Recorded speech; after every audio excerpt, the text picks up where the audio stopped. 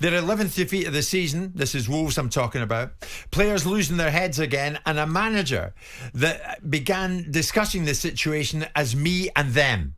Me and the players. And not for the first time, his players, Gary O'Neill's Wolves players, lost it at full time. It all seemed to fall apart at the weekend.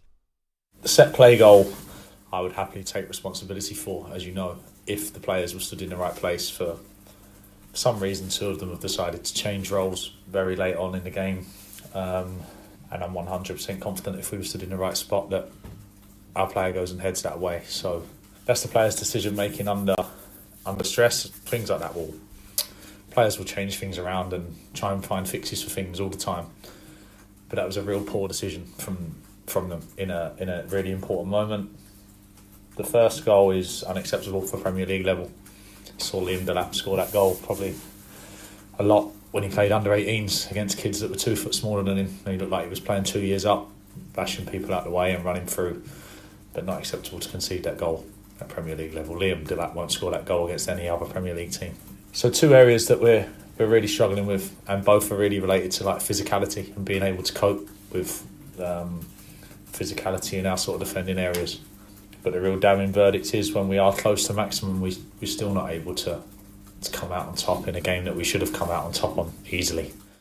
That was almost put me out of my misery. Well, it was a parting salvo, wasn't it, of a manager that was being broken down at his wit's end with his circumstances from the rather depressing, defeatist observations he made a week ago where he brought himself out of the equation and suggested that he was irrelevant in the great scheme of things, which was a silly thing. But he's been with his players all season, Simon. Then he departed from that at the weekend.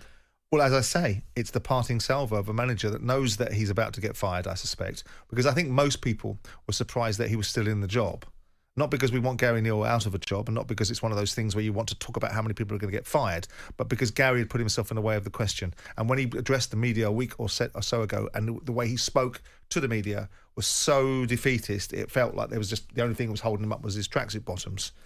And then you go through the week, and you know that by playing against Ipswich, you get beat by Ipswich. The questions it will be almost unsurvivable. In my view, however you got beat, whether you were so unfortunate that you get a last-minute penalty in this instance, a goal in the last few minutes of the game, but notwithstanding it, lots of goals are scored in the last few minutes of the game. It's not the goal that gets scored in the last minute of the game and the game you get fired for. It's all the other results that are built up to that point. And so Gary was losing his composure. He was losing the structure, and that was a broadside at pretty much everybody. It wasn't a Conte-like rant because he hasn't got the presence to say that, and he isn't at the sort of club that he can say that at.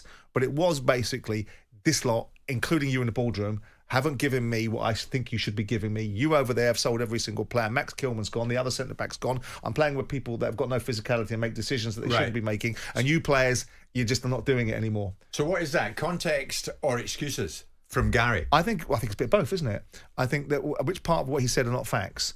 But whether you follow that, whether you believe it's appropriate for a manager to drag that, there's a part of me that thinks sometimes that players should be dragged.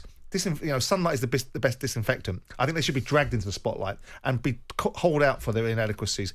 But the flip side of that is, in this day and age, you lose them, and once you've lost them, then you've got very little to play with. You can do it if you've got plenty of people that you can... If you want to bin somebody because you know you've got resources behind it, then you can make those brave decisions to go, you, Aubameyang, like Arteta did at Arsenal, you can get gone. Sure.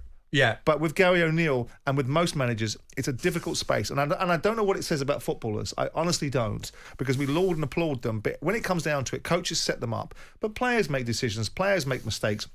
Players make choices. Coaches set up philosophies. They send them out there. They give them some courage. They pick the right players, hopefully most of the time, and they set them out to go and do their jobs. And then players make the mistakes. Yeah. And they get excused for Simon, I know you won't like this, but no wonder we have a tilt at owners now and again. I mean, not dragging Solak at Southampton, because I think he's kept us abreast of things all the way along. And I think how he behaves is different. Refer to the programme notes. Jeff Shee. Yeah. Wolves in the programme notes on Friday. We're united in supporting him as all of us strive to make that progress happen. And Alex Group, myself and Troy Deeney spoke about that on Friday. Well, Jeff Shee in there with the dreaded backing for Gary O'Neill. Then what? Boom. They take the floor from under his feet. I mean, why do they say these things? I genuinely don't know. I mean, if you're going to say, if if you're going to say something, then you really should be standing behind it. You know there's a possibility you might not get a result on the weekend. You know that if Ipswich come and beat you, that you're going to be put into a question from the fans that are going to boo. Right. So why write those programme notes? They make you look silly. They make the situation look disingenuous. Yeah. They make you look like you've got no substance. If you can't say anything that's particularly positive about the circumstance, then best to say nothing. And people can read between the lines, and you'll never get someone like you or I on a show on a Friday or on a Monday going, the hell was this? Exactly. Because it does make you look ridiculous. A sad day if you're Gary O'Neill, sacked by Wolves, if you're Russell Martin, sacked by Southampton. Both of these clubs clinging to Premier League life. The thing is, though, from how much longer? Mathematically, when will it become evident that neither will survive in the Premier League and that the Championship once again beckons? It is being reported, and talkSPORT understands that Vitor Pereira is set to become Wolves' new manager. We'll get more on that from Alex Crook very shortly. But as far as Wolves fans are concerned, and as far as Southampton fans are concerned, the Premier League staying there, how difficult has it become? Southampton just got themselves up, but has it now become virtually impossible to bridge the gap and consolidate once you get there? Wolves fans, Southampton fans calling us in numbers. I'm glad about that. 03717 223344. Hearing from owners, etc., is one thing, but you, the fans, are the most important people of the lot. James is a Wolves fan. James, good morning. What do you want to say? Good morning, lads. A great show as usual. Thank you, James. How are you?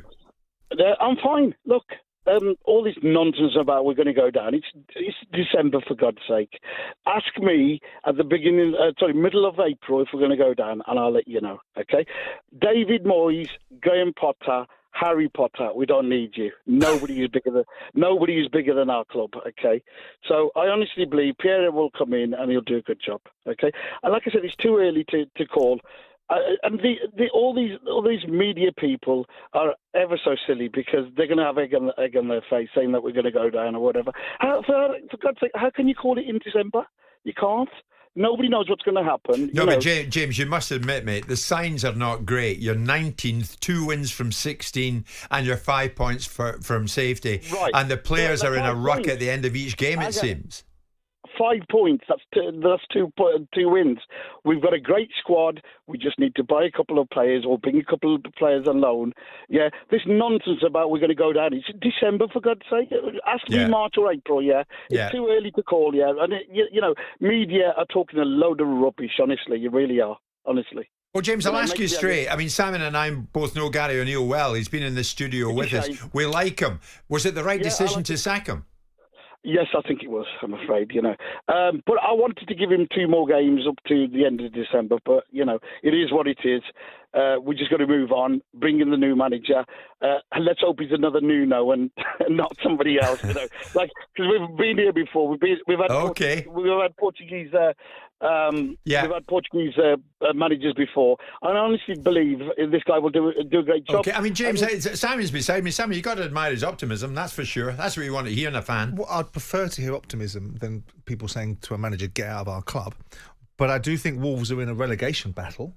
And so if you're in a relegation battle, that makes you a candidate to be relegated. So that it is a serious consideration. It's not a construct of the media. If you've taken 9 points from 16 games and coming up over Christmas, you've got Spurs, Manchester United, Nottingham Forest are all in relatively good nick, including Leicester City, that's a rival of yours, and you just got beaten in the last two games by teams that are around you in a situation. Yeah. I do think Wolves should be slightly apprehensive. I don't think it's a construct of the media. I think that they are a side that is potentially going to get relegated this season. Yeah. Jim White and Simon Jordan. Monday to Friday mornings from 10 on AM, on DAB, via the talkSPORT app and on your smart speaker. talkSPORT.